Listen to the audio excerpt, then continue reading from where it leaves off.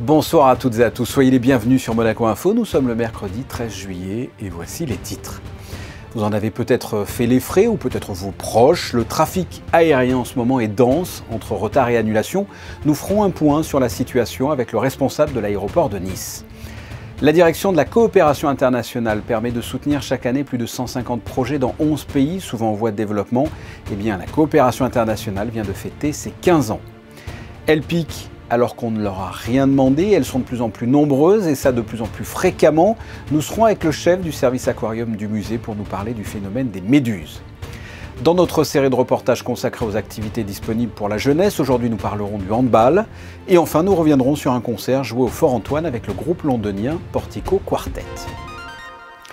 C'est évidemment la période la plus chargée de l'année en termes de voyage, que ce soit pour les départs ou les arrivées, d'autant qu'après plusieurs années de frustration suite à la crise sanitaire, le besoin de voyager se fait ressentir, même si le taux de Covid repart à la hausse. Nous sommes avec le président du directoire des aéroports Nice-Côte d'Azur, Franck Goldnadel. Bonsoir. Bonsoir. Nous étions hier avec la présidente monégasque des agences de voyage qui nous expliquait, ne serait-ce que pour la population monégasque, eh bien que les longs courriers repartaient à la hausse, qu'on avait envie de voyager. Qu'en est-il du trafic aérien à l'aéroport de Nice ? Je pense qu'on est parfaitement en phase avec ce que vous avez eu hier, à savoir qu'on avait depuis plusieurs mois un trafic européen domestique qui était porteur, puisqu'on a retrouvé, pas complètement, mais on n'est pas loin d'avoir retrouvé le trafic de 2019. Et ce qui nous manquait en 2021, c'est le trafic long courrier. Et avec les ouvertures de lignes que nous avons pu avoir au printemps, je rappelle, on a quand même 3 lignes vers les États-Unis, on a le Canada qui s'est réouvert, on a évidemment vers le Golfe avec plus de lignes que nous avions avant, et on voit que le trafic repart et que les avions sont plutôt très bien remplis. Alors j'ai entendu dire qu'il y avait pas mal de perturbations et que ça se traduit par des retards, des annulations ainsi que des fois des problèmes de bagages. Est-ce que vous me le confirmez ou c'est une idée reçue, c'est une légende urbaine ? C'est pas une légende, mais ça n'est pas une situation vécue sur l'aéroport de Nice. Il faut bien comprendre que nous sommes un réseau et que quand un avion décolle de quelque part pour atterrir à Nice, s'il y a des soucis sur sa plateforme de départ, ça entraîne des conséquences chez nous. Et en fait, on voit qu'avec une reprise dynamique du trafic, il y a 2 phénomènes qui s'ajoutent. Certains grands aéroports européens sont dans la difficulté. Vous avez pu lire un certain nombre de choses sur Amsterdam, sur Londres, sur Francfort, avec un certain nombre de pénuries de personnel qui font que les aéroports ont demandé aux compagnies aériennes de limiter le trafic. Et puis, vous avez aussi des problèmes chez les compagnies aériennes, des problèmes dans les équipages, soit les pilotes, soit les hôtesses, qui sont en nombre limité et qui, compte tenu des difficultés, peuvent entraîner un certain nombre de contraintes et des annulations de vol. Et ça par ricochet un impact sur notre aéroport, parce que quand vous avez un vol qui est annulé depuis Londres ou depuis Amsterdam, forcément, il n'atterrit pas à Nice. Mais j'ai envie de dire, pour remercier tous les partenaires qui travaillent sur l'aéroport, nous nous étions préparés. Vous savez qu'on a réouvert le terminal 1 fin mars pour être suffisamment préparés avant le rush de l'été. Et ça nous permet de tenir. Et quels sont, selon vous, puisque vous parlez de perturbations dues aux compagnies ou à d'autres aéroports, quelles sont les solutions qui peuvent être apportées ? Certaines compagnies ont annulé en préventif des vols. C'est le cas de la compagnie SAS, compagnie scandinave. C'est le cas aussi de la compagnie Lufthansa. C'est le cas aussi parfois de la compagnie British Airways, qui annule suffisamment en avance pour informer ses clients et pour essayer de leur trouver des solutions avant que la date du voyage ne commence. Et pour avoir une idée du trafic à Nice, combien de vols par jour décollent, atterrissent, il y a combien de passagers ? Qu'est-ce que vous avez en termes de chiffres et de fréquentation ? On est à peu près à 80-90% du trafic que nous avions avant. En termes de passagers, on est entre 35 000 et 55 000 passagers en fonction des jours de la semaine. Donc, on est quand même dans des très, très fortes journées. Même si sur la journée, on n'a pas atteint le niveau record de 2019, à certains moments de la journée, on peut être à des niveaux très proches des niveaux records. Dernière question, qu'est-ce que vous nous conseillez de faire si l'on doit voyager et passer par l'aéroport de Nice là ? Alors, ce que je conseille d'abord, c'est de bien s'assurer auprès de sa compagnie qu'il n'y a pas de souci sur le vol concerné, et puis de venir à la fois suffisamment à l'avance, mais pas non plus trop, pour pas avoir à patienter trop longtemps à l'aéroport, mais en tout cas de prendre suffisamment de temps pour avoir le temps de traitement nécessaire. Ça dépend de votre destination. Si vous partez à l'étranger, eh bien, vous pouvez avoir des contrôles qui vous sont demandés à l'enregistrement. Voilà, d'avoir suffisamment de temps pour faire les différents process qui sont les vôtres sur l'aéroport. En tout cas, sachez que l'ensemble des personnels de l'aéroport sont motivés et mobilisés pour que les départs en vacances et les retours se passent dans les meilleures conditions possibles. Franck Goelnadel, merci d'avoir répondu à mes questions. Merci. La coopération internationale vient de célébrer ses 15 ans. L'occasion hier de fêter l'événement en réunissant les partenaires qui soutiennent leurs actions. Quel chemin parcouru en 15 ans et quels nouveaux défis attendent la coopération internationale? Les éléments de réponse dans ce reportage de Christine Datomel et Julien Logier. Depuis 15 ans, la coopération monégasque illustre l'engagement de la principauté à l'international en faveur de la réduction des inégalités et des droits pour tous. Elle intervient dans les domaines de la santé et de l'éducation. Elle œuvre dans la protection de l'enfance et ouvre l'accès à un travail décent tout en offrant la sécurité alimentaire en Afrique et dans des pays les moins avancés de la planète. Le défi principal, c'était de s'approprier ces terrains de travail que sont les pays du Sud, et notamment sur le continent africain, puis le Liban. Pays complexes, fragiles, en situation souvent de conflit, d'insécurité alimentaire, climatique, politique, civile. Vous savez que le montant de l'aide publique au développement n'a cessé d'augmenter depuis 2007 pour aujourd'hui atteindre, sur un plan de 3 ans d'intervention, 74 millions d'euros, ce qui est quand même pas négligeable. C'était un défi de volonté politique de formaliser cette aide au développement dans ces pays. Pour nous, dans les 3 prochaines années, la sécurité alimentaire et les questions de santé sont primordiales. Donc ça correspondra à peu près à 60-70% de tout ce qu'on fait. Première chose. Et deuxièmement, très important, l'accès au travail décent. C'est pourquoi la coopération monégasque attache une grande importance à la mise en place de partenariats afin de privilégier l'échange d'expériences et la recherche de synergie entre les divers acteurs de développement pour mettre en place des projets de solidarité et trouver des solutions innovantes pour lutter contre ces inégalités. La jeunesse africaine arrive massivement sur le marché du travail. Près de 420 millions d'Africains vont arriver sur le marché du travail d'ici à 2050. Fournir des emplois à cette jeunesse africaine est absolument essentiel. Ça peut se faire en aidant à améliorer l'environnement économique, finançant des infrastructures, mais aussi en aidant des entreprises africaines à émerger pour créer ces emplois, mais aussi fournir des biens et des services aux clients et des débouchés aux fournisseurs. La COPE en quelques chiffres, c'est aussi plus de 60 volontaires internationaux de Monaco sur le terrain, plus de 460 enfants opérés en principauté à Madagascar ou au Mali, 17 partenariats pour la réalisation des objectifs et plus de 150 projets par an soutenus. En bref, le ministre d'État Pierre Dartout et son conseiller de gouvernement pour l'Intérieur, Patrice Célario, ont tenu à féliciter ce mercredi matin au lycée Albert Ier les bacheliers qui ont obtenu la mention très bien au bac. Ce sont au total 97 mentions très bien, que ce soit en série générale, technique ou professionnelle. Elles envahissent parfois le littoral, on ne les voit pas forcément et lorsqu'on les rencontre, c'est souvent trop tard. Et elles vous ont déjà piqué. Je veux parler des méduses et pour revenir sur ce phénomène, recevons à présent le chef du service aquarium du musée océanographique, Olivier Brunel. Bonsoir. Bonsoir. La méduse est souvent la phobie des baigneurs, après peut-être celle des requins. Pour vous, qu'est-ce que représente une méduse? C'est une plaie ou au contraire, elle vous plaît cette méduse? Alors la méduse, évidemment, nous en tant que biologistes, c'est un peu ambivalent. D'un côté, c'est un animal qui est assez fascinant parce que c'est un animal qu'on a du mal à comprendre, qui a vraiment des particularités spécifiques et donc voilà, et qu'on trouve magnifique. Clairement, il y a plein d'espèces de méduses, mais dont certaines sont vraiment très belles.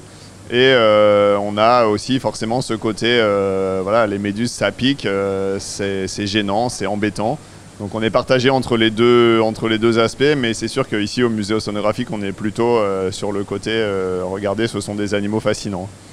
Est-ce que la méduse a une utilité dans les océans?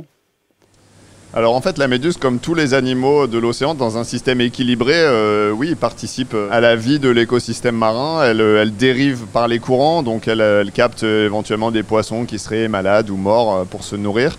Elle a un vrai rôle, elle nourrit aussi, en fait c'est un maillon de la chaîne alimentaire puisqu'elle nourrit certains animaux, notamment les tortues. et elle se nourrit d'autres animaux. Elle a vraiment une place à part entière et une utilité dans l'écosystème, oui. Vous pouvez nous expliquer le phénomène des méduses qui s'échouent comme ça sur le bord de mer? Alors en fait, le fait qu'elles s'échouent, c'est qu'elles sont mortes, clairement, mais avant d'être mortes, évidemment, elles étaient vivantes dans les eaux proches de la côte. En fait, c'est des blooms de méduses, donc des pullulations de méduses qu'on observe généralement en été, mais pas uniquement. Et en fait, ces blooms de méduses, cette explosion de méduses est liée à différents paramètres qui sont parfois locaux et ponctuels. Donc c'est l'augmentation de la chaleur, les chaleurs avec l'été. Ça peut être les courants, les vents, voilà, des choses qui font que les méduses arrivent à ce moment-là. Et il y a des phénomènes de plus grande ampleur, globaux ou au moins à l'échelle de la Méditerranée, puisque le développement des méduses est favorisé par la pollution, est favorisé par la disparition de certains poissons et donc l'abondance de nourriture pour elles. Voilà, il y a plusieurs phénomènes. En tout cas, effectivement, on observe de plus en plus de méduses. Mais en fait, je dirais qu'on en observe de plus en plus souvent au cours de l'année. On a toujours eu des étés à méduses, c'est pas tellement nouveau. Ce qui est plus nouveau, c'est le fait d'en avoir presque tout au long de l'année maintenant. D'accord. Et ça, vous expliquez ça par rapport à le fait qu'il y en ait plus sur le littoral, que je comprenne bien, c'est par rapport à la chaleur, la qualité de l'eau. Quelle est l'explication du fait que toute l'année, maintenant, on voit des méduses sur le bord? Alors en fait, tout est lié. Le fait qu'il y ait plus de méduses, les méduses sont clairement le signe d'un dérèglement de la mer Méditerranée, mais pas uniquement. Il y a des explosions de méduses dans tous les océans du monde.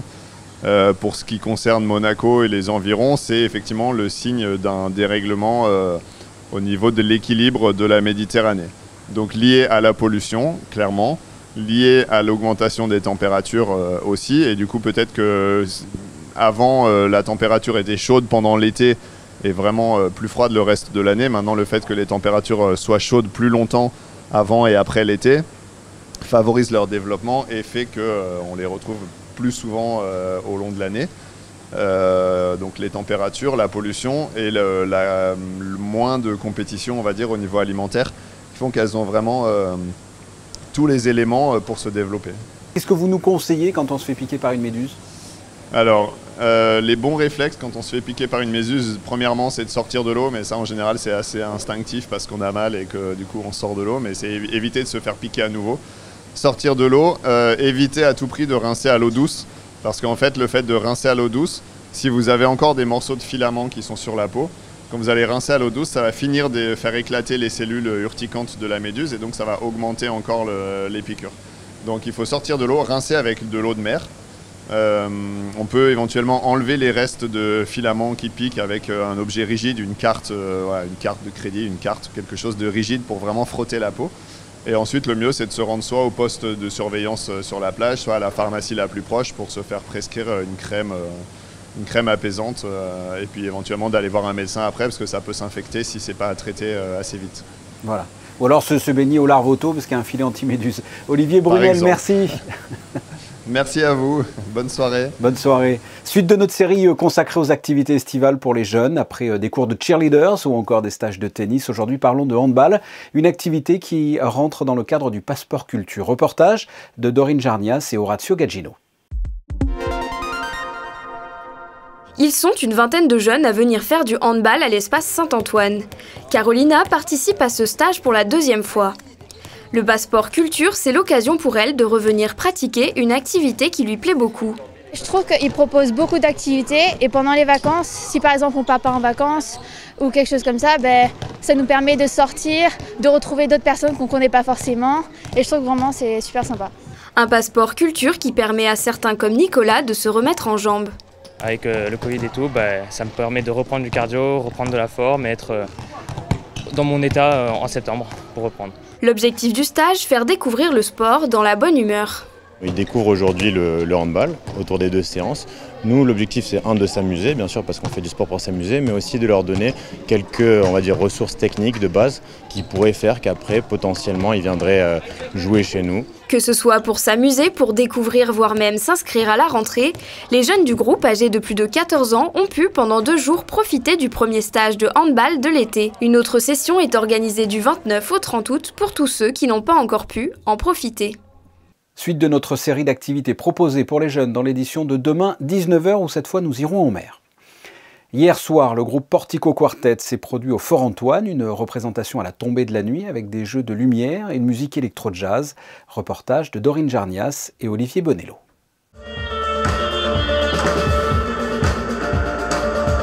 Pour la deuxième représentation de la saison estivale au Fort Antoine, c'est le groupe Portico Quartet qui prend place. Ce groupe composé de 4 artistes londoniens joue ensemble depuis 15 ans et chacun a sa place. I play the drums and some drum machines and electronics. We have a bass player who's playing bass, double bass and electric bass, and then saxophone, and then a keyboard player who's playing synthesizers, piano. Invité par la direction des affaires culturelles, c'est la première fois qu'ils viennent jouer à Monaco. Pour le seul concert de l'été au Fort Antoine, ce groupe est atypique avec un style de musique bien à lui. It's like a mixture of jazz and electronic music and classical music. I think there's quite a big influence of minimalism in it, so there's lots of repeated patterns. Et si cette représentation à la tombée de la nuit accompagnée de jeux de lumière vous donne envie d'assister aux autres rendez-vous du Fort Antoine, il suffit d'envoyer un message sur les réseaux sociaux de la Direction des Affaires culturelles pour réserver ou se rendre directement sur place le soir de la représentation.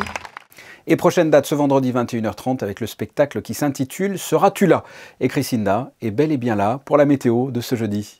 Demain, la journée sera belle et ensoleillée. Quelques passages nuageux sont à prévoir en cours d'après-midi, mais le soleil restera bien présent dans le ciel azuréen. Le climat sera chaud et les températures élevées. Le mercure atteindra les 30 degrés au meilleur moment de la journée, 24 degrés seulement pour les minimales.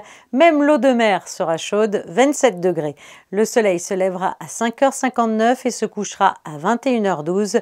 Demain, nous fêterons les Camilles. Merci Christina. Une petite note rafraîchissante pour finir cette édition avec des photos de Stéphane Dana de jet ski dans le cadre de notre série de reportages consacrés aux activités estivales dédiées à la jeunesse. Reportage que vous découvrirez demain à 19h. Ce journal est terminé. Vous retrouverez demain ici même Patricia Navarro. Quant à nous, on se retrouve lundi prochain. Passez une excellente soirée. Au revoir.